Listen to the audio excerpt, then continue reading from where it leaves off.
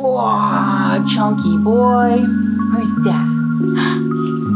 Say, look how developed I am. How chunky.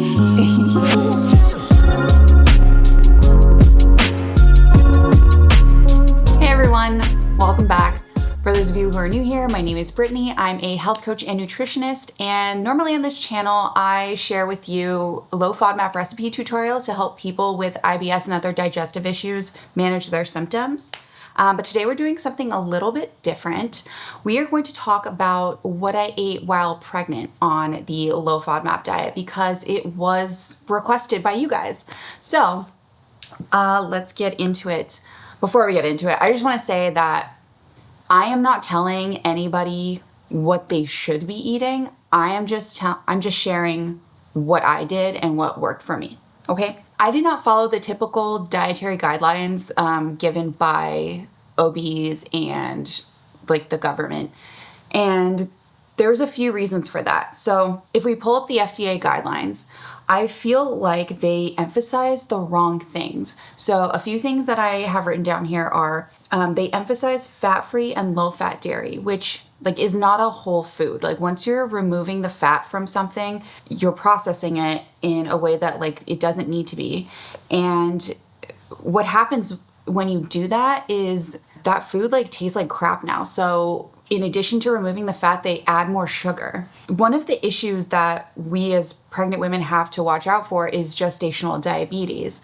So adding more sugar and removing the fat that would stabilize the natural sugar is really not a good thing. The other thing that they emphasize and recommend is oils. It doesn't say fats. It doesn't say what kind, if there are good fats and if there are bad fats. It doesn't say that. It just says oils. So I have to assume that they mean like olive oil, which is fine, but like canola oil and like other like sunflower oil, like all of this like weird seed oil stuff that is not really food. Like canola oil, it started out as an industrial lubricant. It's super processed with really high heat. It has to be bleached and deodorized in order for it to like even like look and smell the way that it does. And they use really harsh chemicals to do that. So like that just, again, not a good recommendation in my opinion. Lastly, they recommend to eating fortified grains and soy. Again, like I mentioned before, if gestational diabetes is something that we need to look out for, then we need to be wary of our grain consumption. And when you think about the food pyramid, like the bottom of the food pyramid is grains. So it's telling you to eat mostly grains. And like, I just don't agree with that. And if you look around and you see just how overweight and obese our country is and how like the grains have been contributing to that. I mean, I don't think all grains are bad, but I think they have their place and it's not at the bottom of the pyramid. And the fact that they are recommending fortified grains is another thing that I have an issue with, and that's because the fortified grains have folic acid in them, and not everybody can process folic acid and turn it into the usable form of folate. And if you can't, then it's actually doing harm to you and binding to certain receptors that are causing deficiencies because the right type of folate can't bind.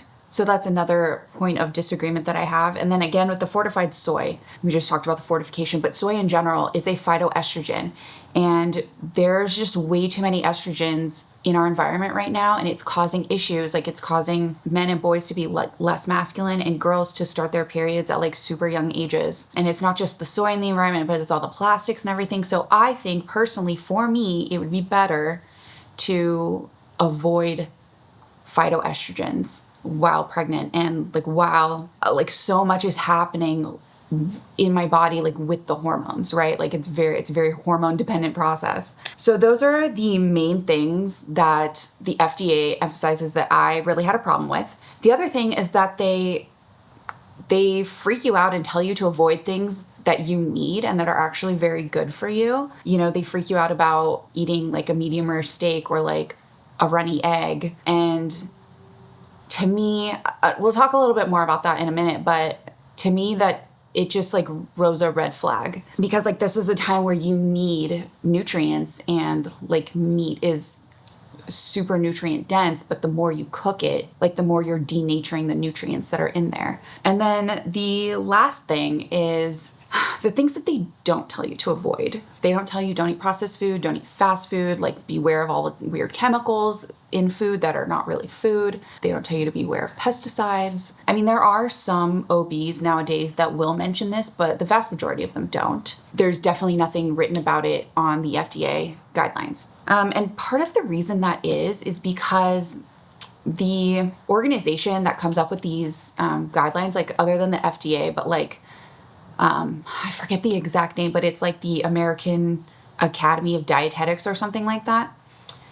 They are funded by big food companies like PepsiCo and Nabisco. And that's why you have a lot of dietitians like on the internet, like Abby Sharp, that are recommending people eat Pop-Tarts and like things like that, like things that are not food. Not to pick on Abby again, but like, you know, a lot of you guys have mentioned in the comments like how strange her recommendations are. And like, yeah, that's partially why. And that's why I chose to go back to school, to a naturopathic school for nutrition rather than go to a dietetic school to become a dietitian. So again, those are the things that I just felt I couldn't get down with, right? So, you know, those things plus like my experience with nutrition and my diet. Sorry if you hear a screechy baby in the background. Anyway. So everything that I've been through with my body and my health and my diet, like I knew that things started getting better when I did my own research and found my own recommendations or like determined on my own what I should be eating rather than listening to the food pyramid, right?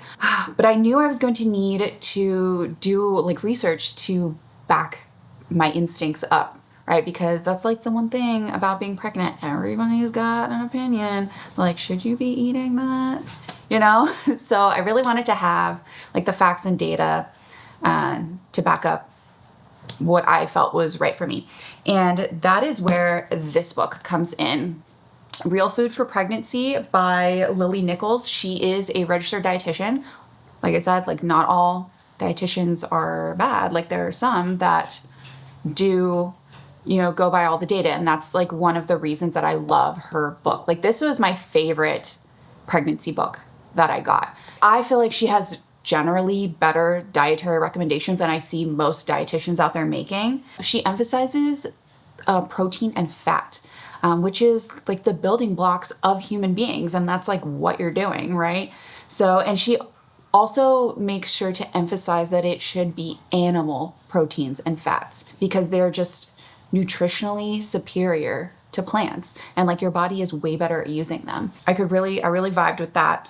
So I really recommend this book, especially because she has so many stats and like studies to back it up. So like, look, the last 40 pages, I don't know if you can see this, but like the last 40 pages of the book is all just like citing studies. Like that's a small font. Like there's a lot of information in here. So, and she also talks about like the importance of, eating organic and avoiding pesticides and, you know, what studies show about like specific nutrients on fetuses and developing babies. And again, like I cannot recommend this book enough. I really loved it. I will link it down below for you guys if you want to pick it up on Amazon. The other book that I liked that recommends like a more ancestral animal-based diet for pregnancy is this Nourishing Traditions book of baby and childcare. They do have a regular Nourishing Traditions. This one is the baby and childcare one. It does have a chapter for like pregnancy, but I think I like this one better for baby food. So if you guys are interested in this kind of content and you want to see me make a video about baby food, let me know in the comments or give this video a thumbs up and we'll come back and we'll touch on this book more. But yes, the regular Nourishing Traditions, great for just like general dietary advice. With all that being said, I did eat like medium rare steaks during my pregnancy. I did eat runny eggs. I did eat lots of fish. I didn't limit it in any amount. I actually tried to eat more fish than I normally eat while I was pregnant for the nutrients. I did also eat raw fish. One of the things that Lily Nichols talks about in her book is that the fear that doctors give us about getting food poisoning is really blown out of proportion when it comes to pregnancy. And it makes us fearful of consuming the medium rare steak or the runny eggs, both of which are like super nutrient dense, right? And that you're more likely to get food poisoning from raw vegetables, like things that never had the opportunity to be cooked. That's something to keep in mind. The quality of something matters. She also shows that of all of the outbreaks of vegetables and stuff, it's like never organic. It's like almost always the conventionally raised vegetables. I also think that like I would have been much more careful had I been going out to eat and someone else preparing my food, because like I don't know like what happened in the kitchen. You know what I mean? Did somebody wash their hands? Like I don't know. But I like generally don't eat out anyway. It's just like it's like not worth it on this diet. But I'm sure you guys are like well aware of that now. Like you go out and you have to make like all of these like substitutions, and then it ends up like not even tasting very good. It's like I could have made this better at home. So yeah, generally just like don't eat out very much. But had I gone out, you know, steak and sushi is like, and omelets is usually what we get. I did eat out and have like omelets a few times. The other thing that I was able to eat while I was pregnant was In-N-Out. But again, like those patties are cooked all the way through. So I wouldn't like ask for like a medium rare burger from In-N-Out. That's just not a good idea. You know what I mean? But yeah, we didn't actually go out to eat sushi, but I did make poke at home. And I've done this before. So like that's the other thing where like I would get these flash frozen ahi tuna steaks, defrost them, make my own poke at home. Since I've done that before when I was pregnant, I didn't get sick. I've done it multiple times. Like I felt more comfortable doing that. Would I have done that for the first time while I was pregnant? Probably not. And like the other thing that made me feel more comfortable is like we have been getting the same like meat and eggs and fish and everything like for the past few years. And like I've never gotten sick from it. You know what I mean? So it's like we're not all of a sudden doing anything new. It's like you kind of know the risk since you've done it before. You know, it's all about like managing the risk. And I think like that's the other thing that she talks about in her book is that like doctors will say like be very careful of like the food poisoning, and it will lead people to eating on the safe side is what she talks about. So instead of eating eggs for breakfast, you're going to have cereal instead. And because it's safer, right? But it's also like not nutrient dense, and you're more likely going to end up with a nutrient deficiency rather than food poisoning, because like we have a very safe food supply in this country, and we have systems in place that when something does happen, like things get recalled very quickly, and the harm that's caused isn't that much. So you just kind of have to like weigh the cost benefit analysis of that. And I personally feel like nutrient deficiencies lead to a lot more harmful things. But of course, I was still like careful, like, you know, within reason. One of the things she specifically talks about is the recommendations against raw fish. And she talks about how in Japan, pregnant women eat raw fish the entire time they're pregnant. Raw fish actually has something in it called selenium. And that nutrient protects you and the baby from the heavy metal that could be in the fish. But when you cook it, it denatures the selenium, and that can't help you. So I don't know. I just thought that was like super interesting. And then also like the Japanese are one of the like smart, like highest IQ populations. And like maybe it's because of all the raw fish that they eat when they're pregnant. I don't know. I think it's interesting. But yeah, something to think about.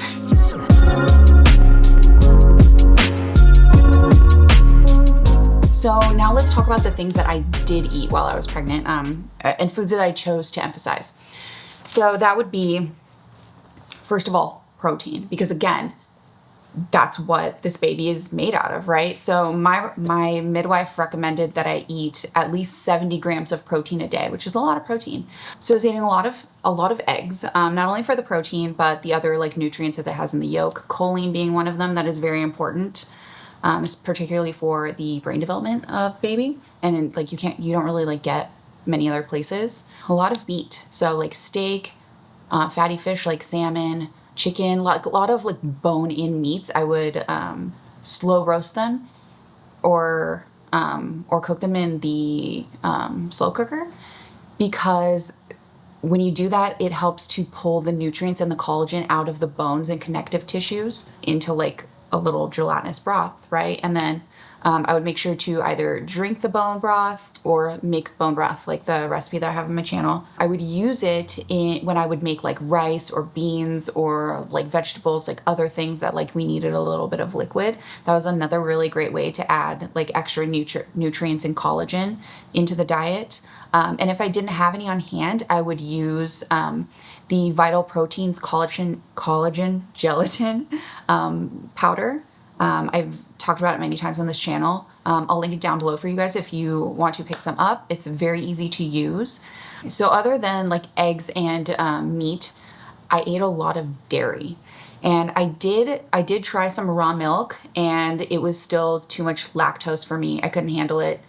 But I did have a lot of Greek yogurt, which I normally can't have when I'm pregnant, but we'll talk a little bit about that later. Whole Greek yogurt, like full fat Greek yogurt.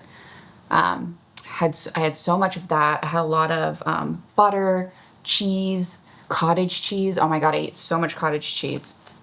Heavy cream. Other than that, good fat from like olive oil, avocados, coconut oil. I made sure to get a lot of fats. And cholesterol, because every cell in your body is coated with cholesterol. Like I think like a third of your brain is made out of cholesterol, and like every nerve in your body is coated with fat. It's not just protein that is the building block that you need to remember, it's also fats. Other than that, of course, I had like regular fruits and vegetables, especially like during the summer when I was pregnant, because I was like craving them.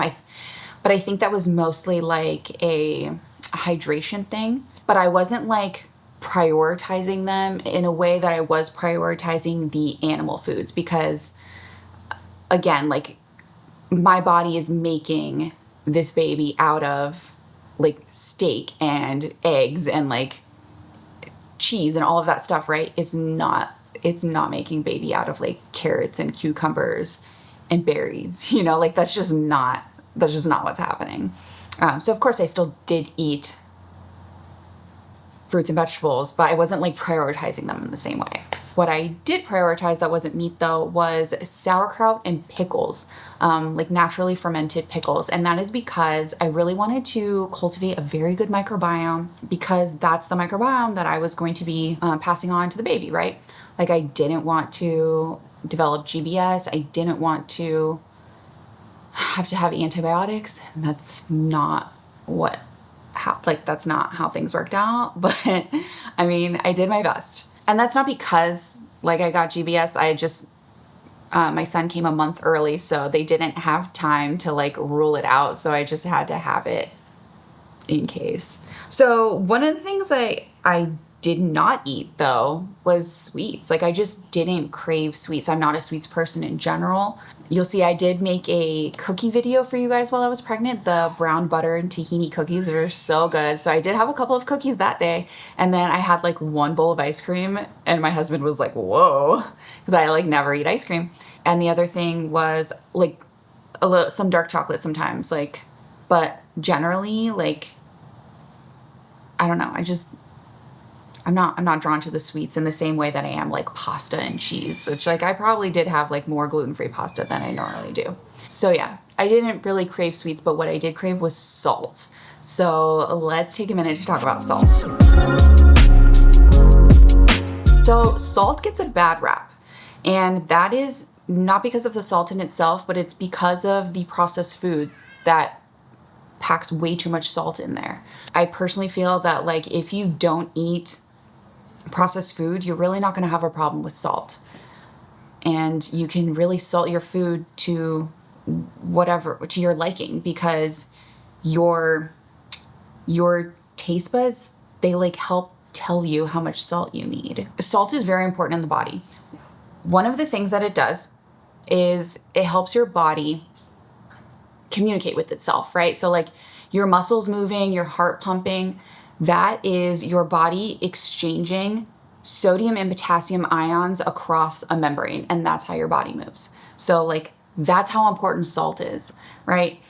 So one of your body's main jobs is to make sure that you have a very specific level of salinity in your body, like in your blood and in your fluids. So what that means is if you have too much salt in your body, then you are going to have to hold on to a lot of excess water. And, that's what mostly people are talking about with like water retention and like eating too much salt. Again, that person is most likely eating processed food. And I know a lot of people who are generally like very healthy, they don't eat processed food, they drink a lot of water. One of the things that we struggle with is not actually not having enough salt. Because if your body doesn't have enough salt, it can't hold on to all of the water that you're drinking. So it's just flushing right through you. So like you're drinking a ton of water, you're peeing all the time, it's clear, but like you still feel like dehydrated. Like your lips still feel dry, your skin feels dry. And that's because you don't have enough salt. Sometimes what I would do when I like felt that way is I would take like a tiny piece of like Parmesan cheese and like dip it in salt and just eat it. And then like, I would feel so much better. But yeah, okay. So what does this have to do with pregnancy? I mean, like you're still like a normal human being when you're pregnant, but it's more, you need more salt when you're pregnant, and because you have more blood and fluid in your body. So you need more salt like for your fluids, right? To like maintain that specific salinity. So like that's why I think a lot of women get salty cravings. That's why like the pickles is like a classic pregnancy craving, right? What I did, and I did this before I was pregnant, but like when I was pregnant, I had to start my day off with salted lemon water. So I would take 32-ounce jar like this, the juice of one whole lemon, and like a pinch of sea salt, like a 3-finger pinch. That is what I drank all day, every day while I was pregnant. And if I didn't, I felt so dehydrated. So that's what my body needed. I'm not saying everybody needs that, but if you are a person that is drinking a lot of water and feeling dehydrated like I described, then try it and see if your body is like, oh my God, yes, this is what I needed. Or if you're just like, no, not for me. Because after I gave birth, I tried to drink this and my body was just not having it. And it's because I think I had so much excess fluid retention in my body from the IV that they had in me. I was so swollen. So my body was just like, no, we have to flush this. So yeah, try it, see how you feel. Like it might make a huge difference for you. Oh, quick thing I want to mention. I was using Celtic sea salt while I was pregnant.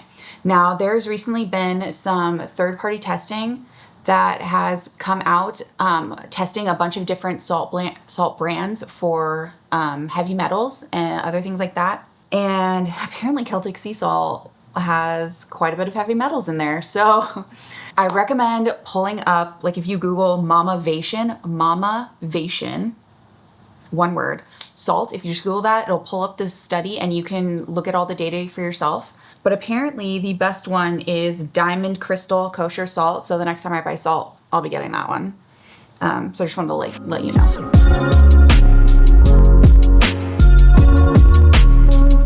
So the next thing I want to talk about is nausea and morning sickness. So I really did not have much morning sickness at all. I did get a little bit of nauseous, but as long as I figured out what my body was trying to tell me and I did that thing, it would pretty much go away. One of the things my body was telling me was to eat. And like, this was tough for me to figure out at first because I'm not a snacker. One of the things that happens when you are pregnant is that your body's insulin sensitivity changes. And that's because like one of the body's main things while you're pregnant is to, like, to get all of the sugar out of your blood and into your cells. And that's another thing that she talks about in this book. So, and she is an expert on gestational diabetes. She had like a best-selling book about that came out before this one. So I trust her. But because your body is always trying to get all the sugar out of your blood, it's giving you it's pushing out a bunch of insulin, and then that's causing you to be hypoglycemic, low blood sugar, right? And that's why you kind of feel like crap. And you just need like a bite or two of something, which is to like get your blood sugar levels back up, and then you feel better. You don't feel nauseous anymore. So it took me a while to figure that out. And one of the things that got in my way of figuring that out is that when you Google, if you're like Googling about pregnancy, right? One of the things that they'll say is you don't need any additional calories during your first trimester, which might be true, but you definitely have to split up those calories differently. That's what took me a while to figure out. The other thing that my body was telling me was to just go to bed. Like, I was in the habit of staying up late because my husband worked nights. So I would stay up until he got home from work so I could feed him and like, spend some time with him. And he usually got home between like 11 and 1 a.m. And my body was just like, no, like you need to go to sleep. So yeah, like I would be nauseous. I would just fall asleep and then it would be fine. So that's another thing. There were some times where I was nauseous and I wasn't hungry. I wasn't tired. Like it was just kind of out of nowhere. And for those times, I think it had a little bit to do with the heat because I was pregnant for the first trimester in summer. But what I would do is I would make this very big pitcher of ginger tea to keep in the fridge. And I would just like drink that over a few days. That was really helpful. I did switch from yogi to traditional medicinals because it is organic and apparently there's a lot of pesticides sprayed on tea. So the other thing I wanted to mention really quick is that I remember reading in my nutrition textbook when I was in school that morning sickness was due to a nutritional deficiency. And I think this is true because one of the things that they'll tell you when you were dealing with a lot of morning sickness during pregnancies, they'll tell you to take a B6 supplement, which can help. And I think there's probably more deficiency going on than just B6 because the body doesn't really like work in like isolated terms like that. So that is something to keep in mind too if you are struggling with morning sickness. Okay, now let's talk about the snacking because like I said, that was the main thing that I had to change. This whole thing wasn't so much of like what I changed, like it wasn't what I was eating that changed, it was how I was eating that changed. So I've mentioned on this channel before, and it's actually been like a controversial thing to say that I would typically only eat like twice a day, like a late breakfast or a lunch, depending on if it was like the week or the weekend, and dinner, and then maybe a small snack. So that had to change. And, I'd have smaller lunch, smaller dinner, and then just kind of like have more snacks throughout the day. Like I said before, because of the blood sugar thing. Like snacking is hard because if you're only eating homemade things that you yourself make every time you get hungry, that's like you have to do cooking and you have to do cleaning every single time. And that sucks. And that can be a lot when you are tired and pregnant, right? So I remember just being like so distraught at one point and being like, I can't believe I'm hungry again. So yeah, let me share with you guys some of the snacks that I would be able to prep and stock up on while I was pregnant. And this would actually help too if you're like, I know I recommend not to snack on this channel because you actually need to give your digestive system time to rest so that it can perform all of those maintenance tasks that only kick in after you have not eaten for like 4 hours. It's something called the migrating motor complex if you want to look that up. But if you're in a situation where you need to snack, let me share some snacks with you.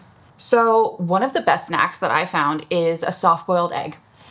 And that's because it's quick, it is easy, and like it's self-contained. You can actually put it in a plastic bag, take it on the go. Yeah, I really loved it. And I preferred these soft-boiled eggs to hard-boiled eggs because they are easier to eat because they have more moisture, right? Like, I don't know, I feel like sometimes when you eat a hard-boiled egg, it's just kind of like very dry, you know? So yeah, I would always prep some soft-boiled eggs. Fruit and cheese, very common snack. I would usually choose Parmesan because it has high protein. Another thing that I would do is there were certain salads that I could prep. Cucumber salad, which I make in my What I Eat in a Day video. A cabbage salad, which is really good because cabbage is like it's a hardier green, so you can prep it and it'll last all week. What I like to do is to put them in little like pint containers and just keep them in the fridge so I can just grab like whenever I need. That recipe is in my goulash video, but I actually just wrote it up and posted it to the blog, so I'll link that down below for you guys as well. The other thing is like a potato salad and pasta salad, which I also have recipes for, so I will link those as well. And then Caesar dressing. So this is one where you can't really like make a Caesar ahead of time because it'll just like wilt and like not be good. But I prepped the dressing. So all I had to do was like take a scoop of the dressing, mix it up with some greens, and then toss in some like cold chicken that I had prepped, which a lot of times I would honestly just eat a couple of pieces of cold chicken straight from the fridge, like maybe put a little bit of ají verde on there. I don't have a recipe yet that I've shared for the Caesar dressing, but I'm gonna put that on my list of recipes to do very soon. So yeah, and it was really good because it's got egg yolk, anchovies, Parmesan, so it's nutrient dense, which is one of the reasons that I really liked it while I was pregnant. I would bake bread also, and I would make myself a slice of toast, like either avocado toast or sometimes I would do like mascarpone and fig jam. So good. That was like, see, that's like a sweet treat for me. Like fig jam is sweet enough. The other thing I did a lot was yogurt bowls. You want unsweetened yogurt, so like whole Greek yogurt, like from whole milk, right? And then mix in your own honey and then add fruit. And then I like to do sliced almonds for like a little bit of crunch. But you can also do chia seeds. Whatever you like. I ate so many yogurt bowls, like giant yogurt bowls when I was pregnant. And it was crazy, like, cause I can't really eat yogurt like normally because of the lactose, like my body just doesn't handle it. And it was crazy to see like just how much protein is in yogurt. It's amazing. Like I wish I could just eat it all the time. The other thing I made was a lot of quesadillas. The tortillas I was eating was not the best, and I have yet to find a good healthy tortilla. It's just disappointing, and I know that I need to make my own and freeze them. I just like haven't done it yet. But my number one snack while I was pregnant, my pregnancy craving, was cottage cheese and pickles. Now, apparently that's a very weird combination, but to me it just seems like so natural. Like you just take like a bite of cottage cheese, eat like half a pickle, more cottage cheese, more pickle, and then take a little swig of the pickle juice. Like, to me, that was just like the perfect snack. That and, oh, my guilty pleasure, salt and vinegar chips. So, yes, those were my pregnancy snacks. Hopefully that helps you guys if you are pregnant and struggling with snacks.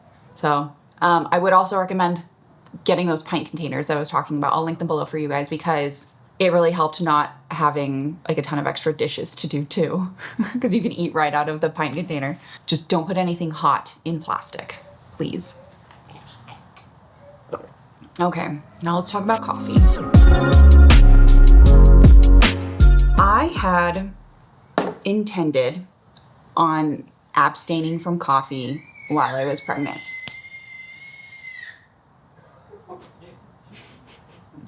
And that is because like I'm a person that will drink coffee in order to like push myself and not rest. And I knew that I could not do that while I was pregnant. I knew it was important to rest. So that was my plan. However, when I got pregnant, I was so dead tired, and I was still like working in an office at that point. So I just like needed the coffee. So yeah, I did cut down to 1 cup a day, and most days it was totally fine. Some days I would go to drink my coffee and my body would just be like, no, not today. So I just think it's important to listen to your body, right? And coffee is another one of the things that she goes over in this book, and the research on it is split. You know, some studies will say that it is dangerous because it can cause vascular constriction in the placenta and the fetus. And other studies didn't show like significant decrease in birth rate or anything like that. So I figured I would just have to go with my instincts on that one. And I figure, you know, this is something that is of the earth. It is something that humans have been consuming for a long time, and it's like generally okay in moderation. What made me feel even better about it was once I could feel the baby start kicking, he wouldn't go nuts and be like bouncing off the walls in there after I had my coffee. So that made me feel a lot better about it. Next, let's talk about prenatals. So I'm a type of person that really likes to get most of my nutrients from my diet. But seeing as our soil in this country is so depleted because of like what we do to it, food these days, it just doesn't have as many nutrients as it used to. That's just what it is. So I did take prenatal vitamins to make sure I wasn't deficient in anything. Because yeah, you don't want a baby with birth defects. That sucks. So the prenatals that I ended up going with are by a company called Fullwell. Again, she actually recommends them. She has a whole list of prenatals that she recommends. It's like 6 different companies. So this is just one of them. I chose these ones because they had higher levels of nutrients that were more in line with what I learned to be optimal in my nutrition training. They're also iron-free, which is really hard on my stomach. It can actually cause constipation too, and I just like had enough of that going on already. The other thing that I liked is that this company has a good reputation. They're not embroiled in any lawsuits. Here's a life hack for you. If you're concerned about like a company or like a supplements in general, just Google the company name lawsuit and see what comes up.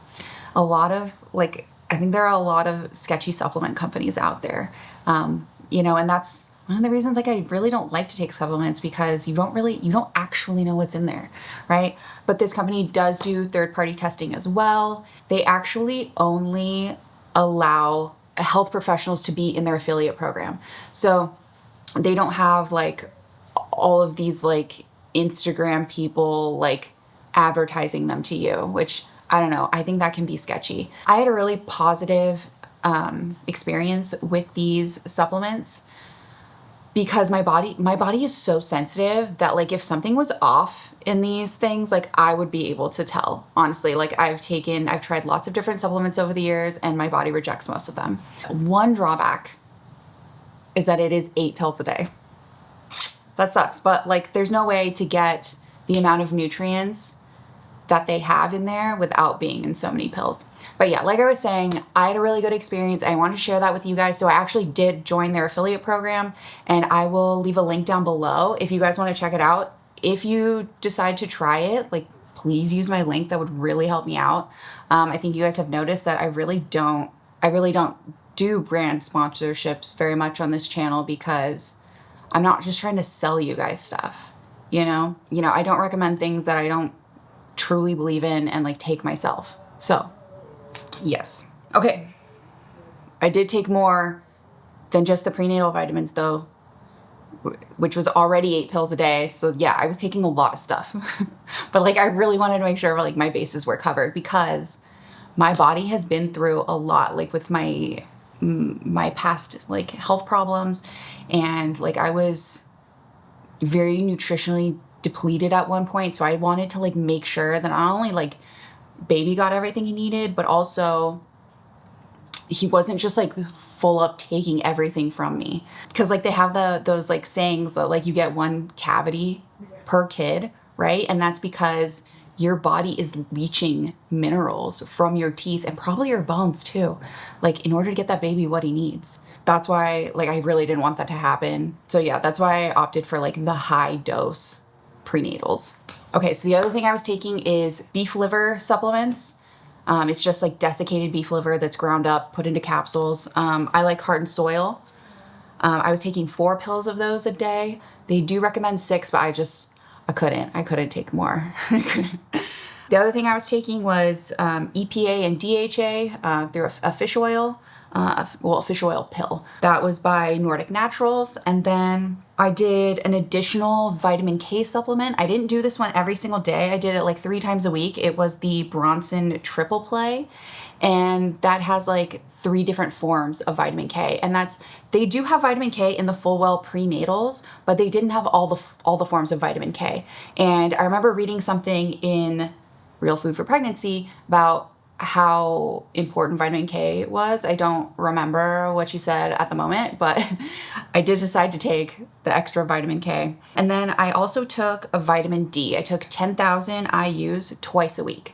And that is because I was indoors all the time, and the majority of my pregnancy was in like the fall and the winter. I'm not sure if I said this, but Fullwell does have, I think, 2,000 IUs of vitamin D in there, but I wanted some extra because, again, vitamin D is very important. The levels that they talk about, like the levels that are recommended by Western medicine, is to prevent deficiency. It's not actually like optimal, which is what I learned about in my nutrition school, optimal levels. So that's why I opted for more. Vitamin D is something that you do have to be careful with because you can, it can cause toxicity because since it is a fat-soluble vitamin, it builds up in your tissues. When you're pregnant, they go and they test your levels, or at least they did at my midwife at their office. When they did my like vitamin and mineral panel, everything was perfect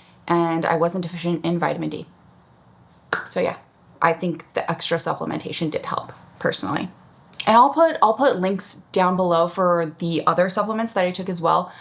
I'll leave you a link to the Heart and Soil website because I'm not affiliated with them and they don't sell them on Amazon, I don't think. But everything else I got through Amazon, and I'll link that for you guys.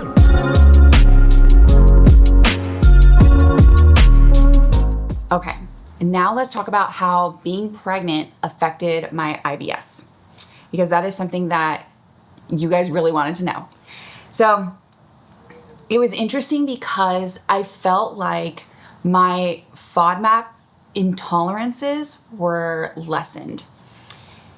Like I mentioned before, I could tolerate more lactose than I normally can. I still couldn't drink milk, even the raw milk. It was just too much for me, but I could eat yogurt, which is something that I can't normally do. Like I've tried since being pregnant and yeah, cannot handle yogurt. I don't know why that is really. Yeah, I'm not really sure. But that's what I found. The other thing that I was able to tolerate much better that I'm normally like very sensitive to were stone fruits like peaches, plums, nectarines, things like that, which was really nice because in the summer I was really craving fruit. So I ate a bunch of those. I was able to have dried fruits more, which is like really good because they tell you to eat lots of dates. The other thing is beets. So I don't know, I'm just like a weirdo and I crave beet juice. And it is something that I like try to drink every once in a while because I like get the craving for it.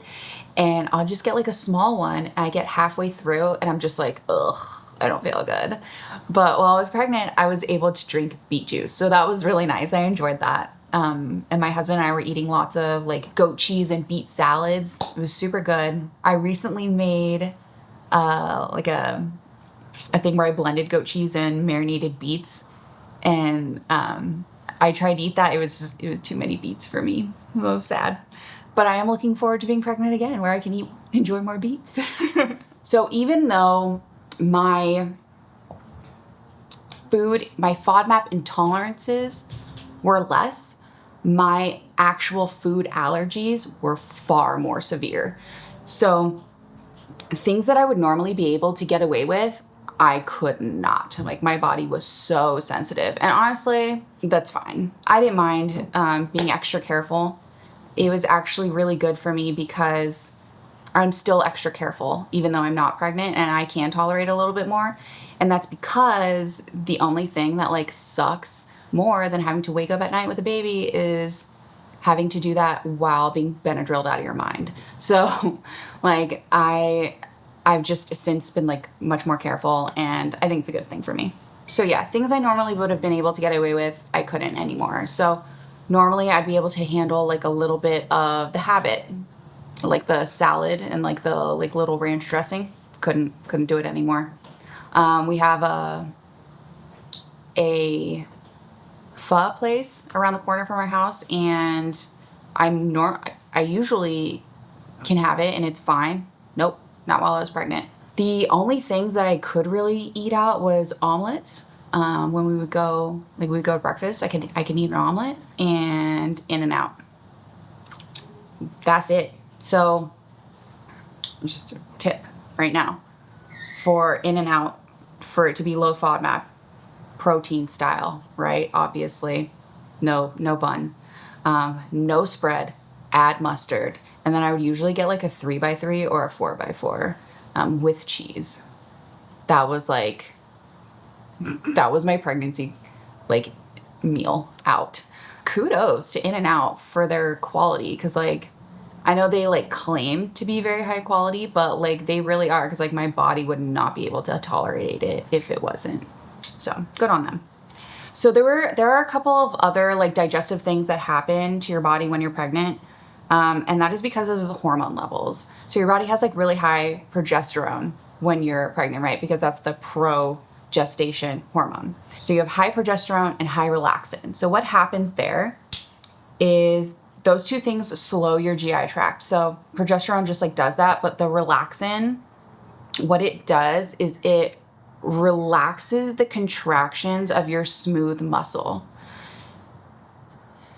which is your digestive tract, right? So everything kind of like slows down. And that's why a lot of women have issues with constipation, and I was one of them.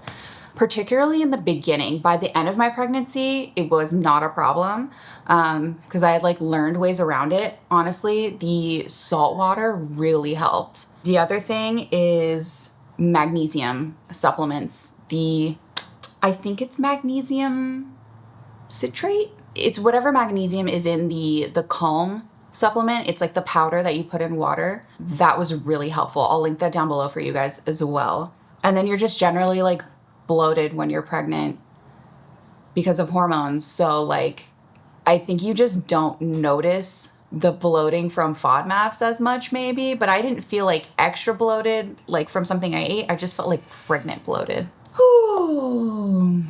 Okay, well, I think that's all I have to say about that. Thank you guys so much for watching this video. I know this is like different to what we normally do on this channel. Like I said, you guys had a hunger for this type of information, and you know, I'm actually thinking about branching out a little bit beyond the kitchen for content, into maybe dipping my toe into some mom content, because one of the things that happens when you're on this health journey, right? Like you start changing what you eat and you realize like, whoa, all of these chemicals that were in processed food like really affect me. So then you start thinking like, oh my God, so like I'm just surrounded by chemicals all the time. Like I need to switch out all of my products. Like that is definitely something that I went through on my like healing journey. And then you get to the point where you have a family and you're like, okay, like how do I translate what I've learned for my diet and like the products that I choose?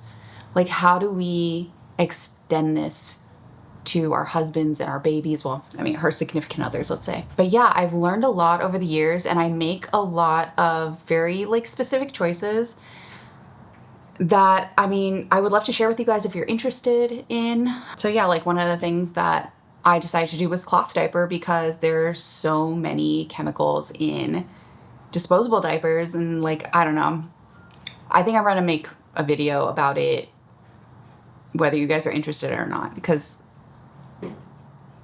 I watched a lot of videos on it and I found them to be very helpful. But if that is something that you are interested in, or like any of like the mom content stuff, like how do we get chemicals out of our homes? How do we, like, what do you feed your baby? How do you prevent food allergies in children? How do you take care of their microbiomes? Like things like that. They're all things that I'm very passionate about and that I am like figuring out, and I would love to share with you guys if you're interested. So let me know. Thank you guys so much for watching this video. Please like this video, subscribe, leave a comment. It really helps me in the algorithm. Oh, share this video with somebody. That's very helpful for me too. Please join the Patreon. If you are able to do so, that would really help me out. I'm really trying to do more content full time for you guys. Now that I am home with the baby, you know, it's been tough like figuring out how to get things done with a baby in tow, but I'm really trying. So, you know, any support you guys would have to help me do that, to bring you more videos, I would really appreciate. So, all right, well, I think that's it. So thank you again for watching. See you next time.